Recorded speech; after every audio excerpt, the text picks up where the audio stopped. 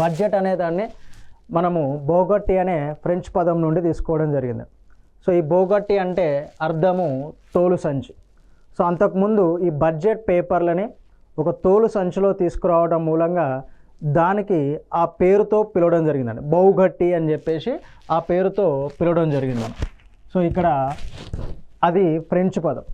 So మనకు మన భారతదేశ రాజ్యాంగానికి వచ్చేసరికి, సో భారతదేశ రాజ్యాంగంలో బడ్జెట్ అనే మాట మనం ఒక ఫ్రెంచ్ పదం నుండి తీసుకోవడం జరిగింది. సో దాని అర్థం ఏంటి అంటే తోలు సంచి. సో ఈ బడ్జెట్ పేపర్లు అన్నింటిని కలిపి మనకు ఈ తోలు సంచిలో తీసుకురావడం మూలంగా దానికి ఆ పేరు ఇవ్వడం జరిగింది. సో ఈ బౌగట్టి అనే పదం నుంచి మనకు ఈ బడ్జెట్ అనే పదం రావడం జరిగింది.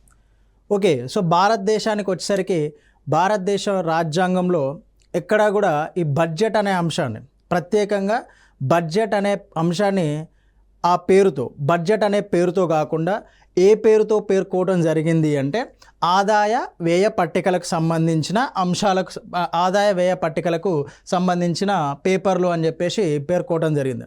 సో అది 112వ ఆర్టికల్ ప్రకారం, రాజ్యాంగంలో 112వ ఆర్టికల్ ప్రకారం ఆదాయ వ్యయ పట్టికల గురించి పేర్కొంటుంది. సో దాన్నే మనం ఏమంటున్నాము అంటే బడ్జెట్ అని చెప్పేసి పేర్కొంటున్నాం. సో రాబడి వ్యయం రెండింటి గురించి ఈ 112వ ఆర్టికల్లో పేర్కోవటం మూలంగా సో అది బడ్జెట్కు సంబంధించిన రాజ్యాంగంలో పేర్కొన్న అంశాలను